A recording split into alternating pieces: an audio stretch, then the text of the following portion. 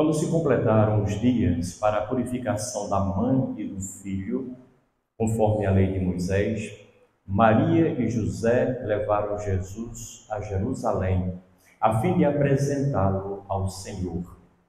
Conforme está escrito na lei do Senhor, todo primogênito do sexo masculino deve ser consagrado ao Senhor. Foram também oferecer o sacrifício, um par de rolas ou 2 pombinhos, como está ordenado na lei do Senhor. Em Jerusalém havia um homem chamado Simeão, o qual era justo e piedoso e esperava a consolação do povo de Israel. O Espírito Santo estava com ele e lhe havia anunciado que não morreria antes de ver o Messias que vem do Senhor. Movido pelo Espírito, Simeão veio ao templo quando os pais trouxeram o menino Jesus para cumprir o que a lei ordenava. Simeão tomou o menino nos braços e bendisse a Deus. Agora, Senhor, conforme a tua promessa, podes deixar teu servo partir em paz, porque meus olhos viram a tua salvação, e preparaste diante de todos os povos luz para iluminar as nações e glória do teu povo Israel. Palavra da salvação. Então, caríssimos irmãos e irmãs, nesse dia em que celebramos essa dupla festa de Nossa Senhora e de Jesus Cristo, somos chamados a refletir a partir daquele texto que todos os anos a Igreja nos propõe para isso. Levaram Jesus a Jerusalém conforme a lei de Moisés. A pergunta que a gente faz é: Jesus Cristo precisava passar por todos esses protocolos que eram muito comuns, habituais, ligados às tradições humanas? Ele precisava entrar em tudo isso e cumprir tudo isso? Ele, sendo filho de Deus, não poderia saltar essas partes? Na verdade, Jesus Cristo nunca saltou parte alguma, nunca se furtou ao direito de poder celebrar aquilo que o seu povo celebrava. Aliás, ele não veio fazer coisas novas propriamente. Ele não queria inovar todo dia com uma coisa diferente, como às vezes nós pensamos que viver significa todo dia estar inventando uma coisa nova. Isso é muito estressante, porque às vezes a gente se esgota. O que Cristo veio foi fazer de uma forma nova todas as coisas de sempre, as coisas velhas, antigas, as tradições mais remotas. Ele dava o que dele, dava a sua presença, colocava a sua inteligência, usava da sua atenção, da sua diligência, renovava o que era velho. E aí por isso que ele dizia acertadamente: eis que faço novas todas as coisas. Então esse é um primeiro aspecto de fundamental importância, porque não se trata da gente querer fazer grandes coisas, coisas mirabolantes, extraordinárias, para poder fazer valer a vida, como se a vida fosse sustentada e ganhasse significado somente quando nós fizermos coisas grandiosas. Não. O que Cristo veio fazer foi abrir nossa cabeça, sensibilizar nosso coração, para que nós possamos engrandecer as coisas pequenas, possamos tornar extraordinárias as coisas ordinárias, perceber o valor que as coisas têm e que nós, por fazermos automaticamente, não percebemos. Vamos só repetindo e fazendo de novo, e nunca jogamos um lampejo, uma luz de consciência naquilo que realizamos. Jesus Cristo quer que a gente pare e comece a valorizar todas as coisas, porque todas elas têm valor, todas elas têm um sentido, têm uma finalidade, têm um propósito, e nada do que existe nasceu desprovido de sentido e de propósito.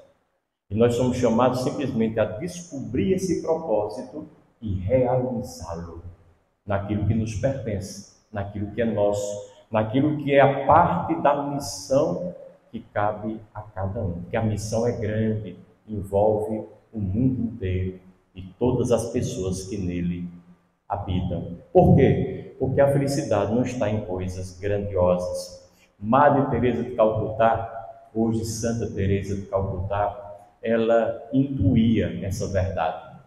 E quando ela falava para os nobres da corte, especialmente na Inglaterra, ela dizia uma coisa muito singela e muito verdadeira. Gente importante, gente influente, gente de poder, e ela dizia: não pensem vocês, irmãozinhos, que nós podemos fazer grandes coisas. Nesse mundo ninguém pode fazer grandes coisas.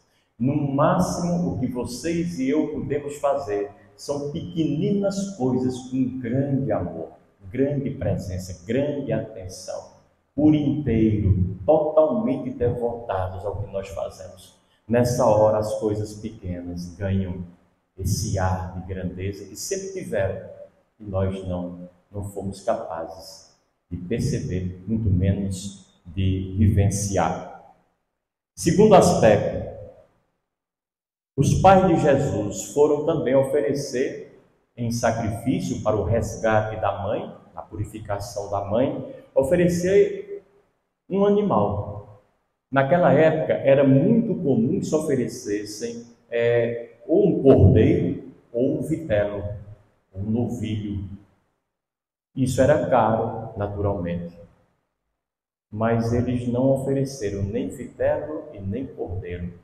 Ofereceram aquilo que a lei também abria como possibilidade de oferecimento. 2 passarinhozinhos pequenininhos. Era mais barato, era mais acessível aos pobres. Porque mesmo os pobres da época faziam de tudo para oferecer um novilho. Com aquela ideia que é falsa, até hoje a gente reproduz. Para Deus tem que ser o melhor. Às vezes a gente usa isso para justificar as nossas alfaias, um certo luxo nos altares, paramentos muito bonitos com uns brocados e algumas pedras mais ou menos de valor, porque para Deus tem que ser o melhor. Se é o melhor para Deus, Deus sempre gostou da simplicidade. O melhor para Deus é sempre o mais simples. E é nesse sentido que eles vão lá oferecer a Deus um sacrifício com pequenos animais, no caso aqui aves, que nem animais são. Qual é o recado que eles passam para nós quando agem assim? Um recado muito simples. Aquilo que eu e vocês, na vida, em tudo e por tudo, pudermos fazer por menos, pelo amor de Deus, não façamos por mais. O que a gente puder simplificar, não vamos complicar. Se a gente puder realizar com pouco, não procuremos realizar com muito. Isso vale para tudo. Às vezes é um carro que a gente investe 300, 400, 500 mil no carro. Tem carros que valem milhões. Só que nas estradas que nós temos, eles puxam a mesma velocidade no Fusca. Não dá para correr mais. Então a gente tem um carro por nada. Ele não tem a serventia. Ele não cumpre o seu propósito.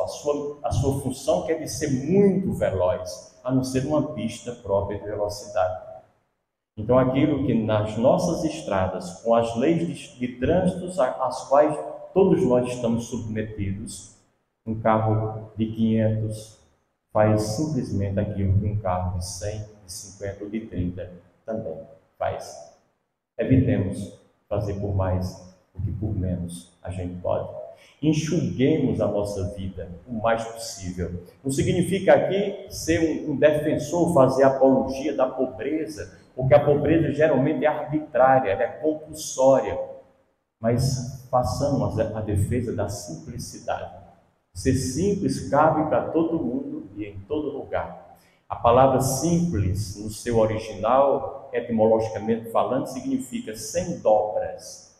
Uma linha reta, tranquila, que a gente anda com facilidade.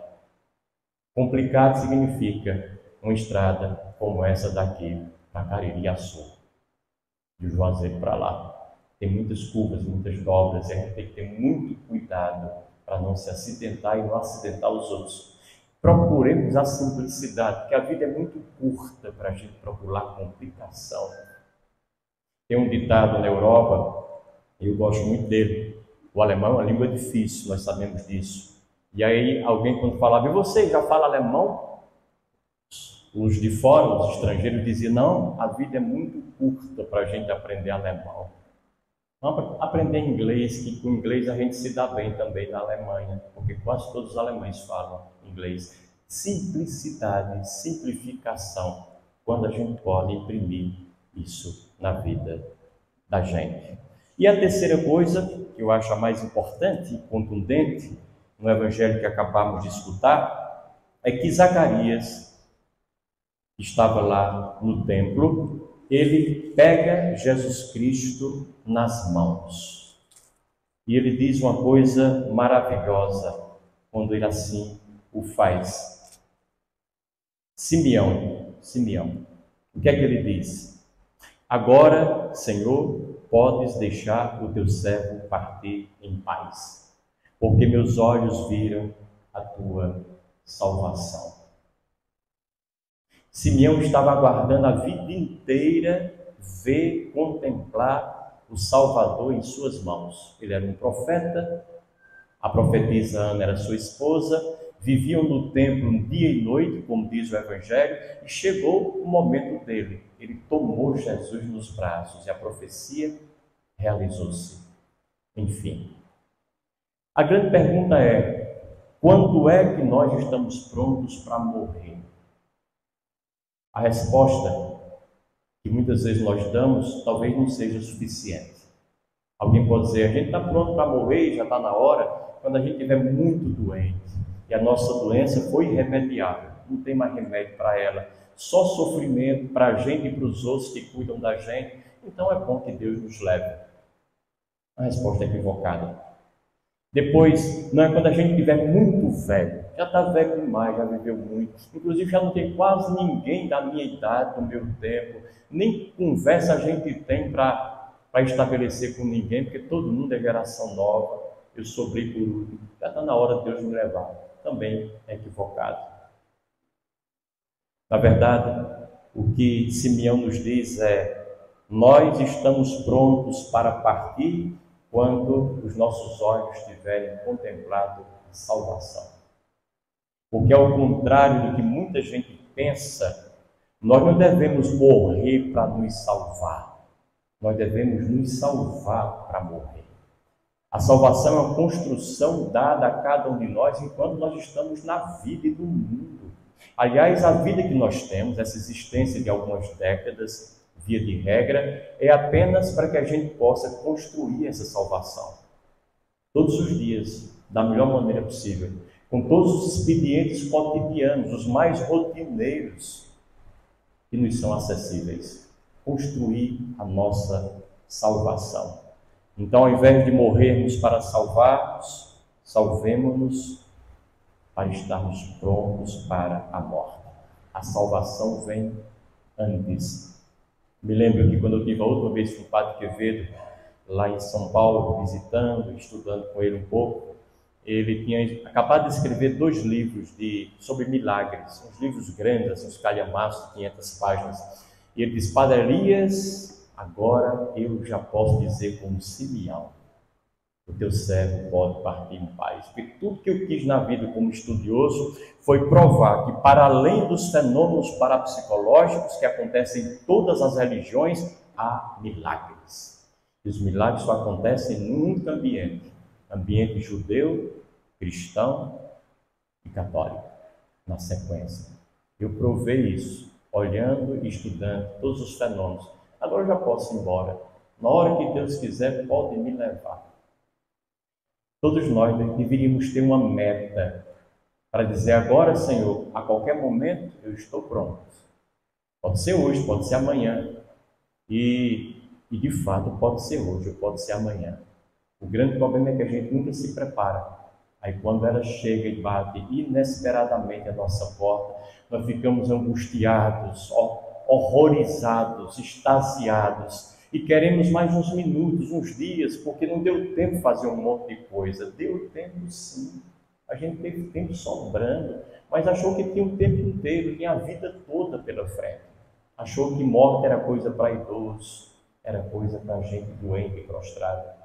Quantas vezes um cuidador de um doente prostrado que diz, morre hoje, morre amanhã, não passa de madrugada. Aí depois morre o cuidador com 30 e poucos anos. E o doente continua lá. Continua lá. Não nos enganemos, não nos iludamos. A morte está aí para qualquer um. E nós não temos nenhuma garantia de nada, só porque nos achamos saudáveis e na flor da idade. Preparemos-nos para esse momento. E a gente se prepara para morrer, não é morrendo, é vivendo. Vivendo bem, com qualidade, é não perdendo tempo com bobagem, é não destruindo cada minuto precioso que a gente tem com aquilo que não serve para nada. O apelo da morte é um apelo da vida. Aprende a morrer quem antes aprendeu a viver. Nós temos esse desafio para nós. Termino sempre lembrando que um grande teólogo dizia assim: aqueles que dizem que Jesus Cristo morreu e depois ressuscitou estão redondamente enganados, porque primeiro ele ressuscitou, só depois é que morreu. Uma coisa maravilhosa. Ou seja, Jesus Cristo vivia aqui já ressuscitado. Quando ele estava com a cruz às costas, já era o Cristo ressuscitado, já estava com Deus, ele tinha plena consciência desse vínculo, dessa ligação, dessa salvação que já estava nele, era alguém salvo, já liberto de tudo. Tomara Deus que nós também tenhamos essa consciência, e quando a morte vier, já tenhamos morrido há muito tempo para ela, porque a salvação já existe em nós e não nos deixou morrer nunca, absolutamente. Já somos aqui na terra um ressuscitado. Que Deus nos permita alcançar essa glória.